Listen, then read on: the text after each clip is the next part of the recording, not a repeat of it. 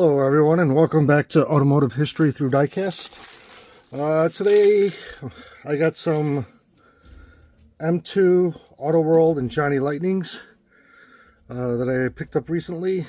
Figured I'd make a video, see if you guys like them. To start, we have this little red wagon. This is in the Dodge M2 set. I like this one because it is red and pretty realistic looking. Next, I got this white Trans Am. I pretty much have all these Trans Ams they released, so anytime a new one comes out, I grab it.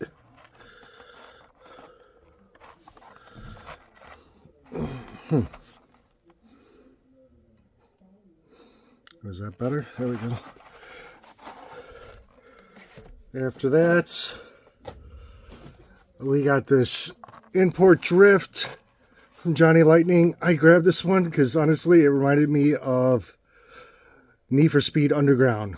Had a lot of wild colors like this. It looked like a car you would customize, kind of like this. So, and I played that game a lot when I was younger. These next two are from Diecast Z. They are a store in California. You can see pretty low numbers, one of 2496. This is a Honda Civic.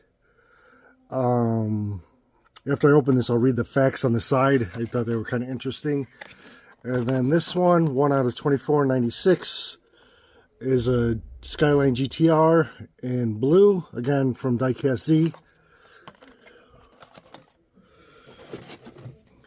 This one I thought was really cool. I like the Impala, and I like the fact that they made one that was different than black. They never made a silver one in real life, but it does look cool, so I'm excited to open that.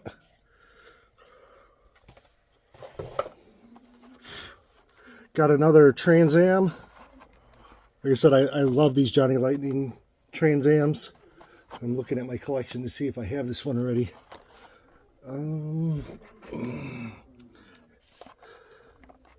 So the wheels are different. The wing looks a little different. Yeah. The bird. Yeah, the bird is different. So yeah, so it's different. So open that one up and look at it. And then lastly, I got this one from Auto World. I got it for this red IROC Z. This Mustang looks pretty cool. I picked up 2 sets of these.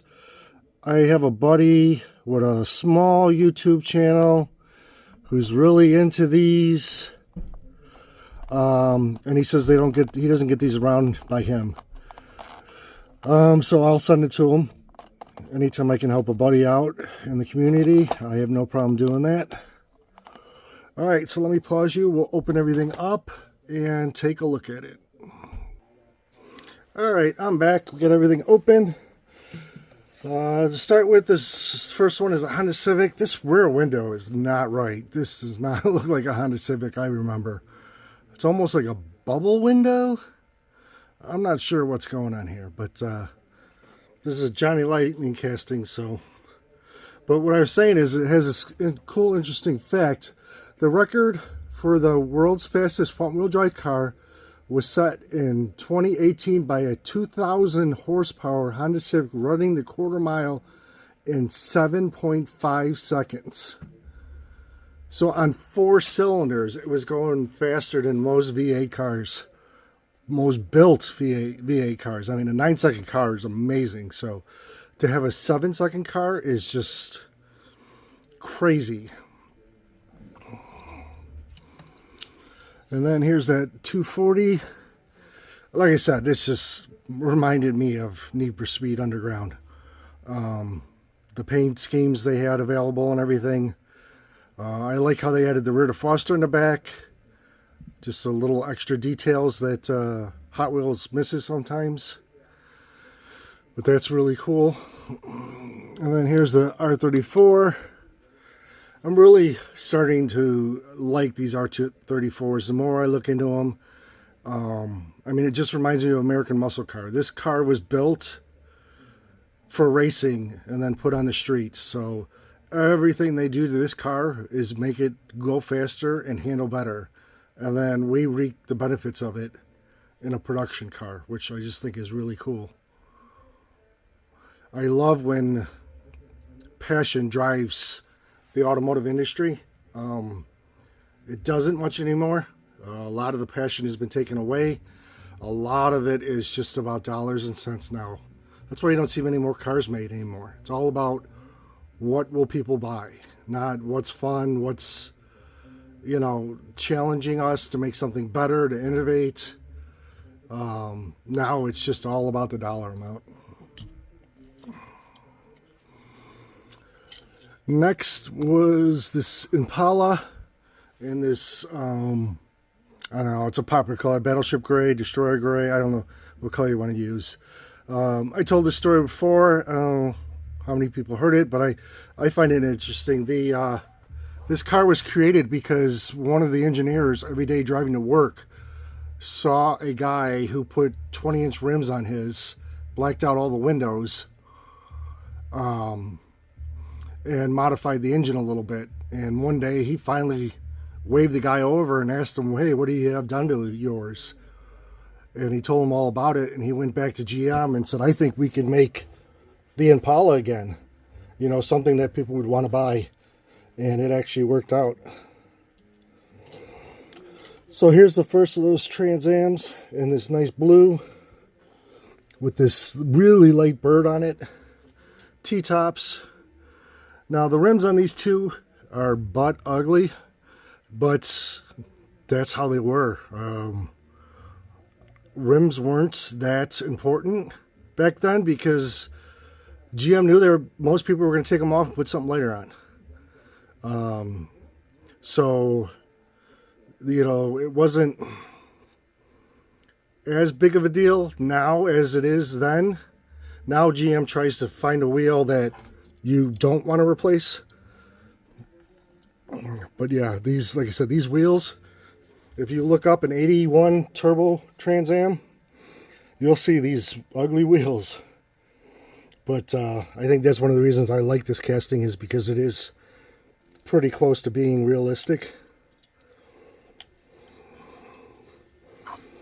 And then from M2 we have this little Red Express, which was a real car. I believe it was a show truck someone had made.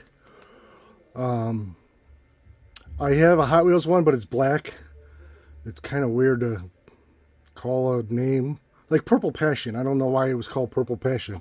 Yeah, if it was a purple, but they made so many colors of that car that Purple Passion is just a strange name for it. So next is this Corvette. And these are the 4-packs. They're a little pricey and they don't have rubber wheels, but I think they're doing an awesome job on their rims to make them look pretty realistic.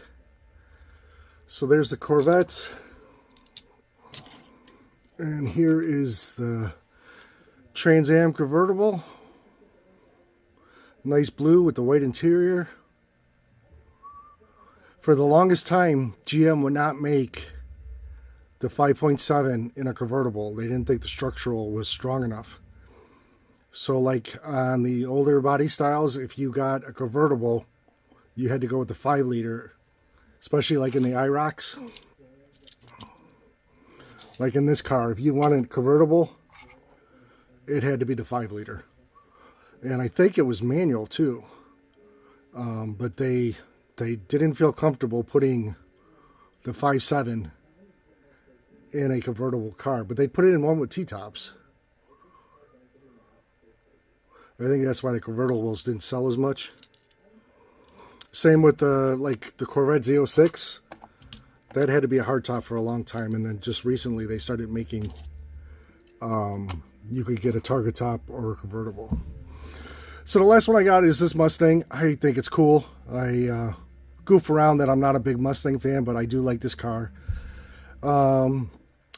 The guy I was talking about is Mustang Hunter. He's got a small channel. Maybe we could go over there, help him out, give him some support. But I did pick up a package of these to send to him.